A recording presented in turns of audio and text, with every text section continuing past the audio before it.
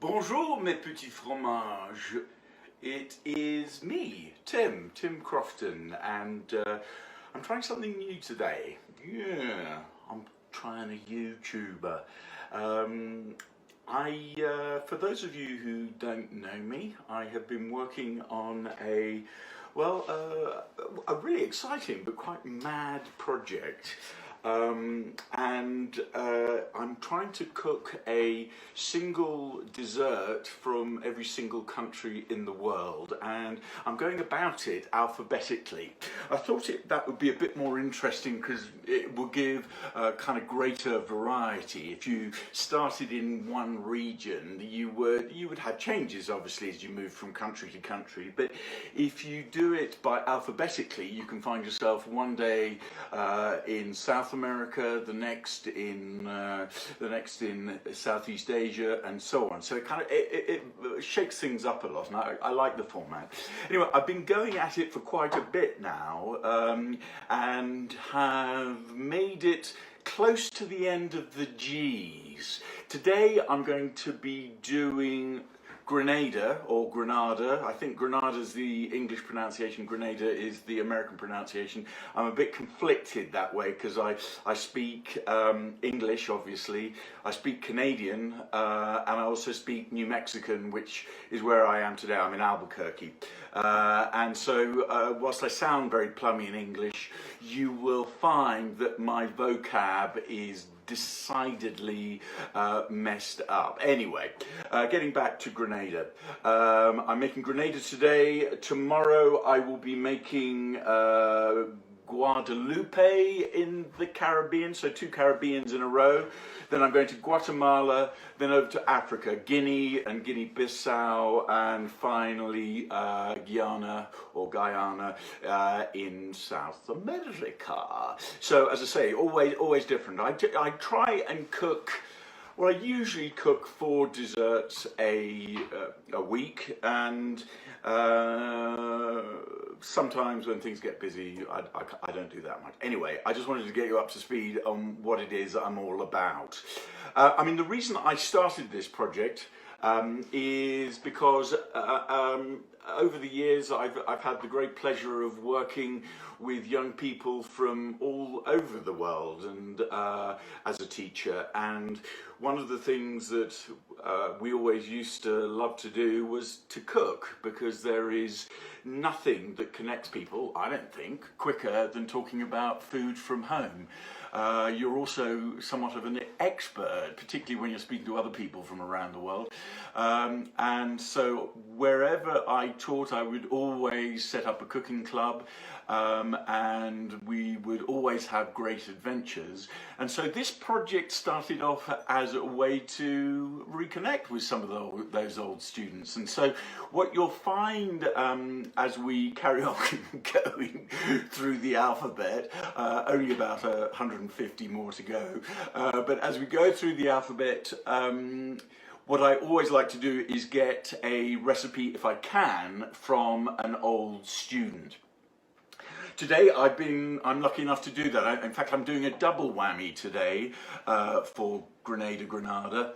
I'm going to do an ice cream that was suggested by Darcy, and it is a nutmeg ice cream. I hadn't really thought about it, but apparently Grenada is known for its spices, which I'm assuming, I'm not trying to be intellectual or anything, but I'm assuming came over from the Dutch East Indies, because I thought nutmeg was just particular to one set of tiny islands in the Dutch East Indies, but I could be wrong. I don't know. So I'm going to make a nutmeg ice cream, and I'll do that first.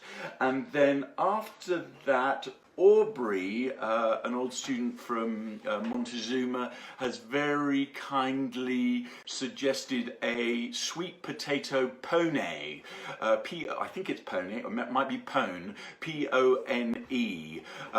If it's anything like the Cayman Island recipe she suggests, it's going to be muy bien, molto bene, bellissimo.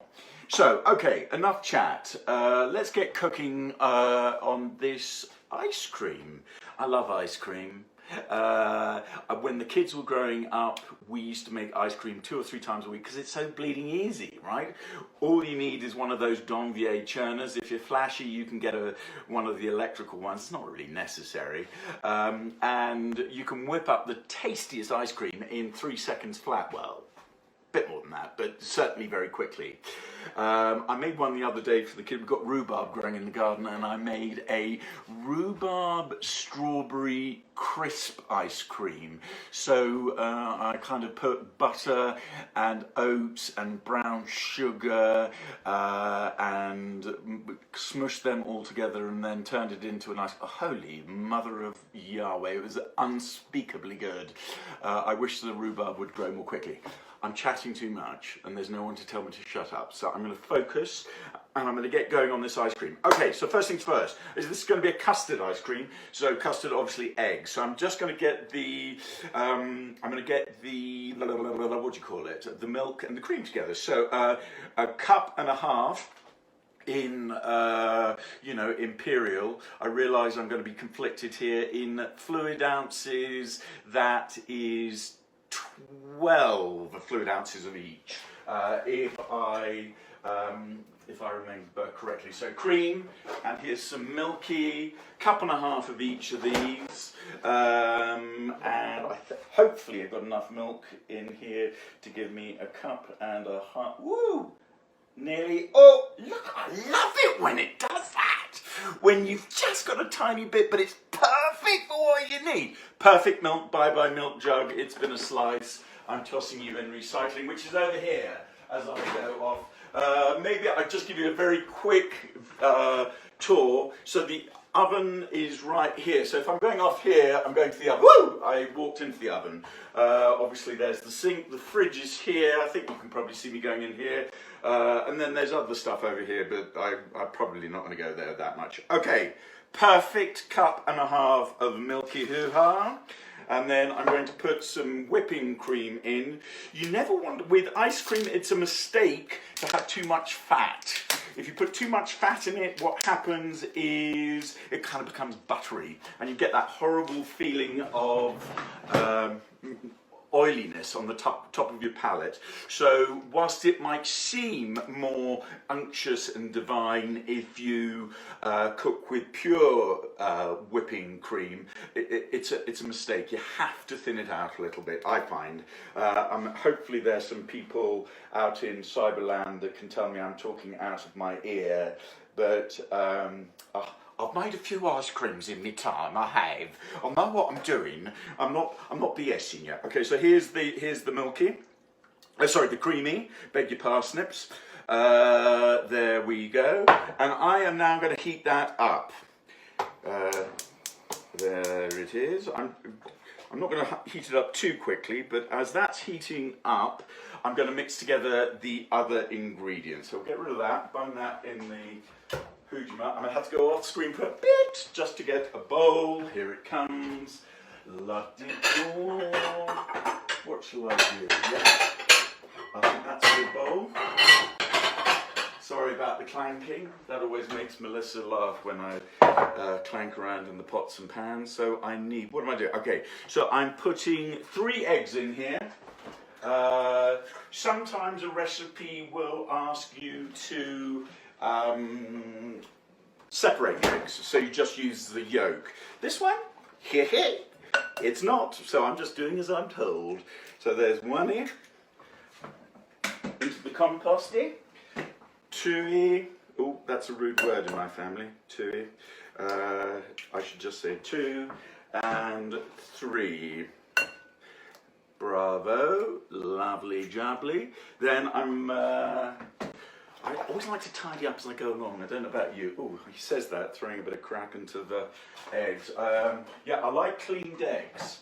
And I don't like cleaning up at the very end. So there you go. I need 3/4 of a cup of sugar. So let's do that over here. Sugar's over here. And I'm saying that's 3/4 of a cup. It's not going to kill anybody if it's a little bit less, a little bit more. So just slap it in. And then I want a little bit of salt. It says 1/8 of a teaspoon. That's about 1/8. And then I'm putting in a little bit of, all my spices are down here, all my nice stuff. I've got quite a nice vanilla here. It needs 1 teaspoon of vanilla. Ooh, hadn't even opened it. Not doing that very delicately. There we go. Oh, good Lord.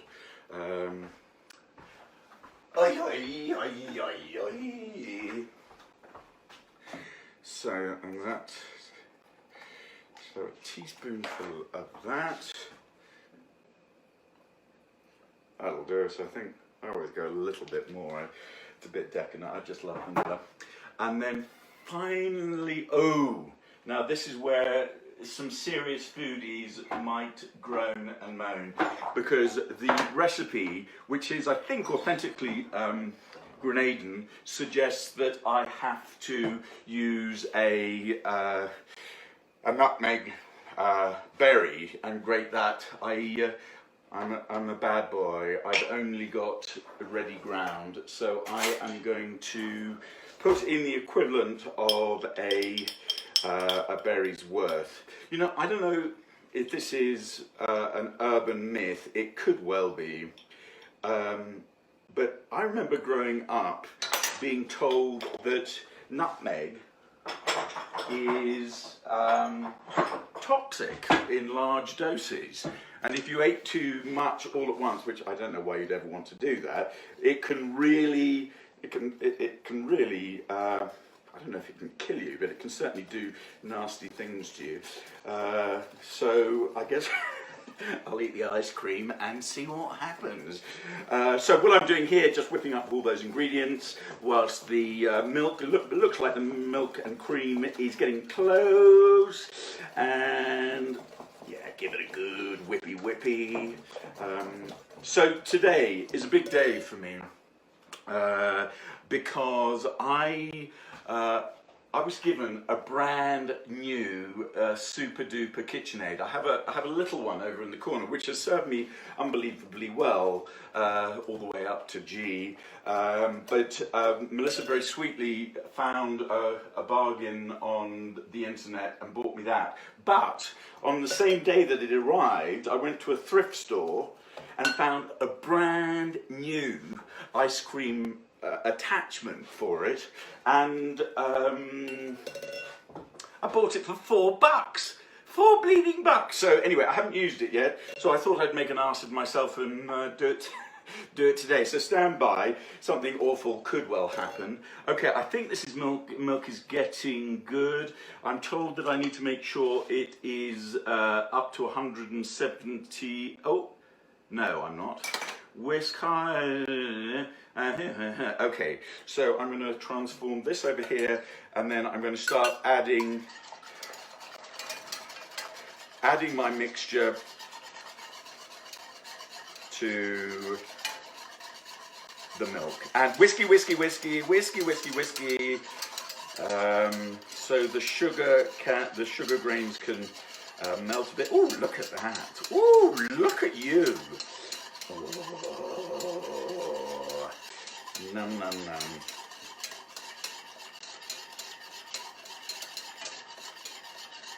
Bueno. Getting close. Sorry, I'm not talking. This is me concentrating. Can't do 2 things at once. It's a bit useless that way. Okay, here we go. Nearly there. And done.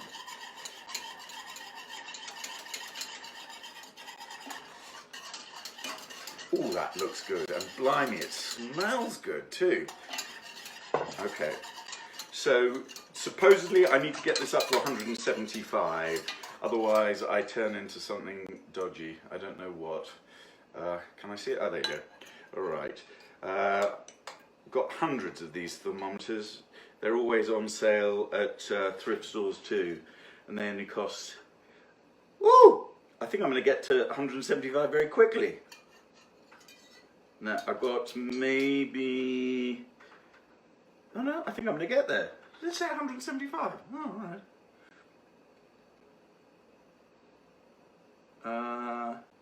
I think that'll do. That's 175. So, I'm not going to pour this in straight into my ice cream maker. Do you know what I'm going to do? I don't have one of those fancy chiller things, but I do have a freezer. So I'm going to be naughty, don't tell anybody, and I'm going to put that in the freezer just to help it cool down a bit more quickly. Here we go, freezy wheezy. Do I have room? If I can make it. There we go. Over you come, and in you go. I'm sure there'll be all sorts of reasons why I shouldn't do that, but I still do. Okay, let's get the ice cream maker going. I don't know if you can see me over there. I'll try not to have my back to you. That goes on there, I think. Oh, no, maybe not. I think that goes on like that. And then this comes in like that. And then... No, that doesn't look right. That can't be right. Something's going wrong. Oh, right. Duh, I forgot the...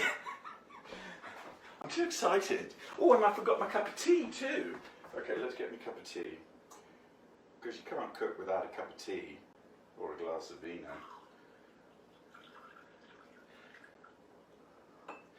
Thankfully, my pal Dick, who is working on this project with me, will probably edit out all these boring bits, which is a good thing. But first things first, it can't cook without a cuppa. There we go, and there we go. But I don't have any milk left now. But fortunately I do. There we go. And it is organic, aren't I, Flash? There we go. Nice cup of tea. And whilst I'm over here, I'm going to get out this is the frozen canister for the ice cream maker. Of course, that's going to have to come off, isn't it? And this goes in... Sorry, I'm not really being very... There we go. That's so. Look at that piece of gear. I'm going to have to put that down again, and then I'm going to have to put this in again, and then that's going to have to go up again. And come on to Papa. Ooh. There we go. Ooh, look at that. Let's see if it works. Does it work? It's beautiful. Okay, one quick sip of tea. Okay, so what I'm going to do is I'm going to put this in the ice cream maker right now. All you have to do is churn it until it gets smooth in its consistency. Doesn't have to be, you know, like rock hard, but you want it to have definitely started to freeze, like it's soft serve. Then put it in a container and put it in the freezer to make it harder.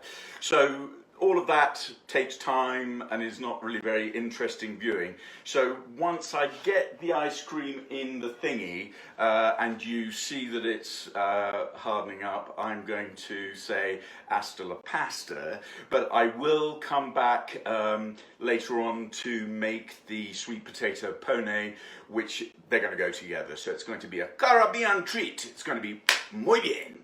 So, okay, I'm going to do that now. One more drink. Here we go. Probably not desperately cold, but colder. There we go. Close the freezer. Big bar. Yeah. So I'm just going to do it this way, I think. Pour it in.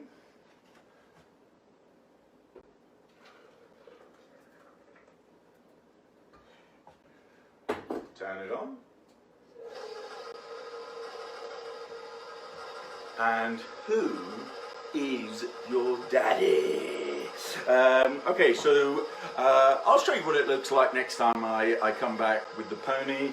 And yeah, look, thanks for checking us out. I hope it's vaguely educational and slightly amusing. All the best, everybody. Au revoir, mes petits fromagers. Bye.